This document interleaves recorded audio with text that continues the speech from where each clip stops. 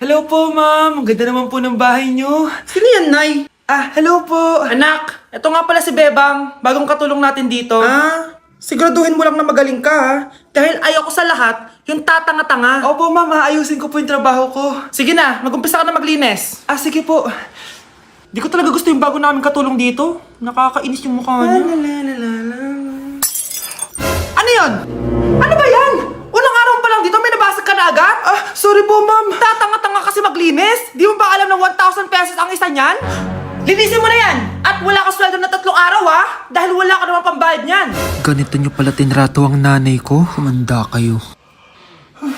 Bebang! Gawin mo nga ako ng kape. Ma'am. Ito na po yung kape niyo. Ano ba yan? Bakit malamig na to? Gusto mo tapo ko to sa mukha mo, ha? Sorry po, ma'am. Gawin mo ulit ng bago. Baka na pang magawa ko sa'yo. Sige po, gagawa na lang po ako ulit ng bago. Pakatanga. Ma'am, ito na po yung mainit niyo pong kape. Sa susunod, huwag kang tatanga-tanga kung ayaw mo mawalan ng trabaho. Bebang! Kuhaan mo nga ako ng tubig dito. Ito po, ma'am, yung tubig niyo. Doon ka na nga. Yung makita pagmumukha mo. Sakit ng tiyan ko!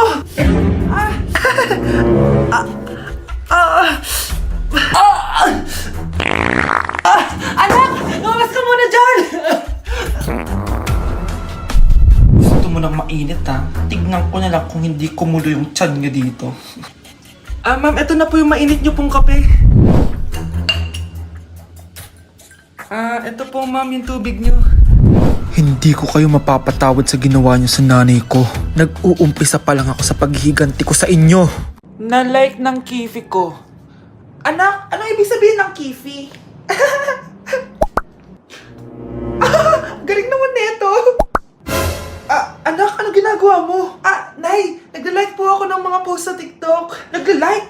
Bakit mo binababa? Ito na po kasi uso ngayon, Nay, yung magla-like ka gamit yung kifi mo. Ano ba may mga bata ngayon na malalaman nyo sa TikTok? TikTok pa! Ayan, mga nakukuha nyo. Ang KJ mo naman, Nay. Try mo kaya. Ay naku, Scarlett, huwag mo kini-influensya sa mga ganyan mo, ha? Oo nga, ang sarap sa feeling. O, diba? Like! Na-like ng kifi ko. Good morning, class! Na-like ng kifi ko.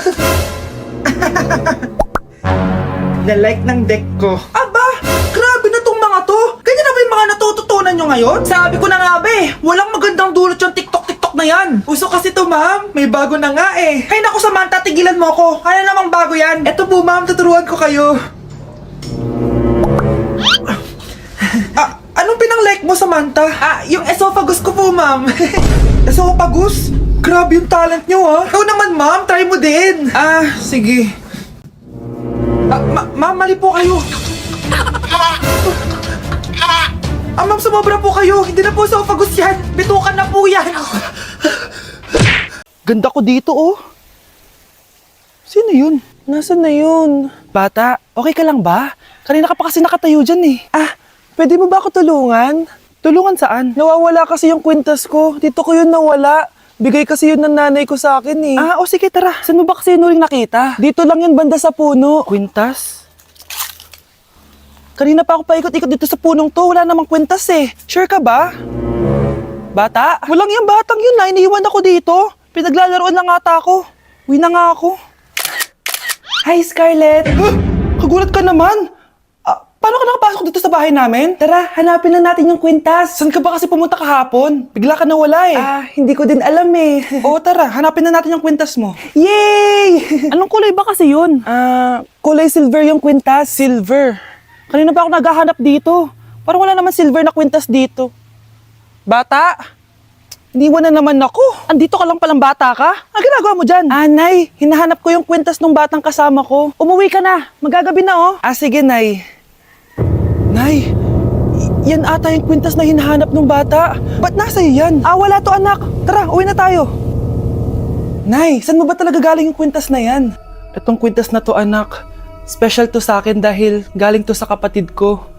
Kaso, namatay siya nung 9 years old siya. So yung bata kanina, siya yung tita ko na namatay? Oo anak, siya lang ang may favorite sa akin. Mga magulang namin, ayaw sa akin. Kaya sobrang mahal ko yun, anak. Ang lungkot naman pala, Nay. Sobrang sakit lang. Sorry. Tama na yun, Nay. Nanay mo yung pumatay sa akin, Scarlett.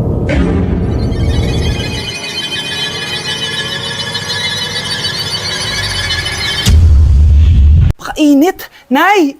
Anong ginagawa mo dyan? Pinapainit ko lang tulutuan natin. Uso kasi to, anak. Uso, Nay? Bakit di na lang doon sa kusina? Sa sobrang init ng Pilipinas ngayon, ayan, pwede ka na magluto. Di ba? Tipid sa gas. Grabe! Ang talino mo, Nay. Makakatipid na ako neto. Anak, check mo nga dyan yung sinain ko. Okay na po to, Nay. Ano ba naman tong batang to? Tanghali na nakahilata pa din. Kala mo siya nagbabayad ng kuryente. A few moments later. Napakainit! Sinagpatay na electric fan! Ang init na nga sa Pilipinas, tapos papatay pa electric fan eh. Tay, ano yan? Ice coffee? Mainit na kape to, anak. Mainit na kape? Ang init na nga sa Pilipinas eh. Ang perfect nga nito, anak kasi mainit tapos mainit, di ba? Negative times negative equals positive. Perfect nga, Tay. Enjoy. Hala! Late na ako! Ano to? Sinuspindi na ang face-to-face classes sa ilang paaralan sa bansa dahil sa sobrang init. Yes, makakatulog pa ako ulit. Ay, sa wakas, makakaligo na rin ako.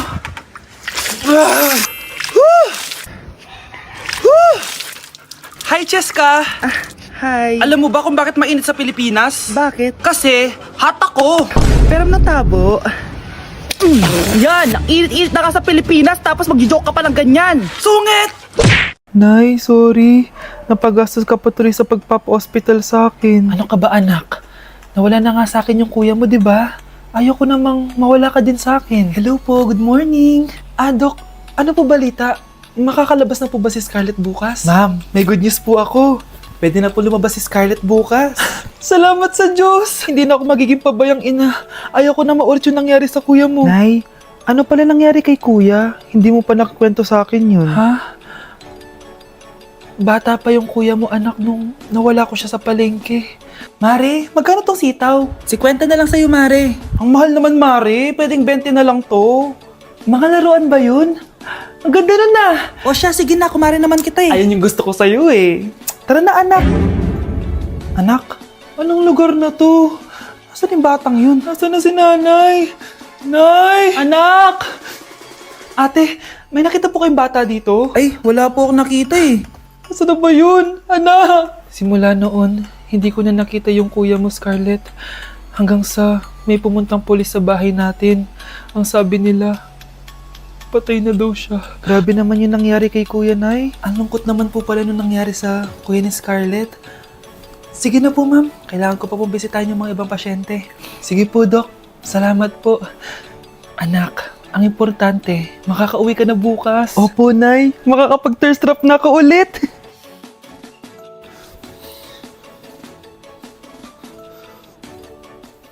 Anak, tara na, uwi na tayo. Nay, may pinapabigay pala si Doc sa'yo. Oh, ano naman kaya to?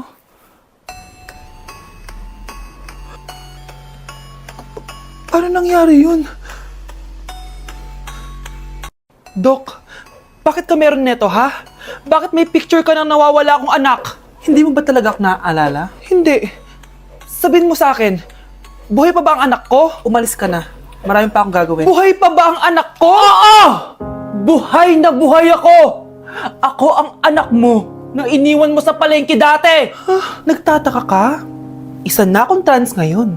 Alam mo, buti na lang may mabait at mayamang pamilyang kumukup sa akin. Kaya maganda yung naging buhay ko. Tignan mo, naging doktor pa ako. Kaya salamat sa'yo at iniwan mo ko. Anak, hinanap kita. Umasa ako na babalik ka. Hindi na importante yan. Ayaw na kita makita at hindi na kita kailangan. Kaya umalis ka na. Hello po. Kamusta po yung pasyente? Dok, si nanay naman yung nagkasakit. Kamusta na siya? Okay naman. Sa iba ko na lang siya ipapaasikaso, ha? Anak? Anak, please! Bakit anak tawag mo sa kanya, Nay? Sure ka ba na habang buhay ka magagalit sa nanay mo? Nakita ko results niya kanina. Anytime, pwede siya mawala. Magpapahangin lang ako. Nasaan na sila? Hello, nurse? Nasaan yung pasyente dito sa room 214? Anak? Ako ba hanap mo? Nay, akala ko may masamang nangyari na sa'yo. Anak, Hindi na kita iiwan. Good news! False alarm lang pala yung nakita namin result sa nanay mo. Ibig sabihin, magiging okay siya. Salamat naman. Nay, ayoko na mawala ka sa akin ha. Yay! May ate na ako!